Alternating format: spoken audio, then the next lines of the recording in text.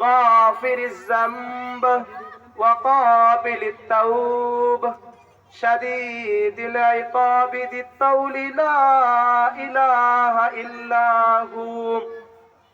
যে গাফিরিজ যামব, আমি তোমাদের গুনাহকে ক্ষমা করনে ওয়ালা, ওয়া ক্বাবিলিত তাওব, এবং তওবাকে কবুল করনে ওয়ালা, যিত তাওলি শাদীদিল ইকাব, কঠোর শাস্তি প্রদানকারী, যিত তাওলি লা ইলাহা ইল্লা হু।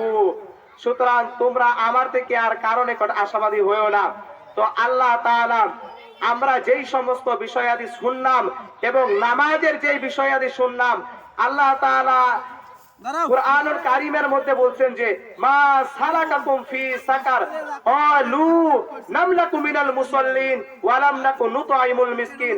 আল্লাহ তাআলা জাহান্নামীদেরকে জিজ্ঞেস করলো, কোন জিনিস তোমাদেরকে জাহান্নামে নিয়ে আসলো?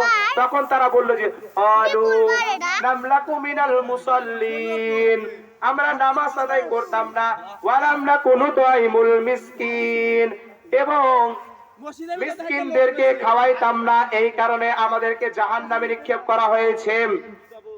তো আল্লাহ তাআলা আমরা যে এই নামাজ পড়ি না, আমরা যে যাকাত প্রদান করি না, এইটাকে যে আল্লাহ তাআলা দুনিয়ার একটা নিজাম হিসেবে মৌলিক 5টা বিষয়ের মধ্যে যে একটা নামাজ, একটা যাকাত, এই সমস্ত বিষয়ের প্রতি যাতে সতর্ক থাকার তৌফিক দান করুক। সকলেই বলি আমিন আমিন সুম্মা আমিন ওয়া মা তাওফীকি ইল্লা বিল্লাহ।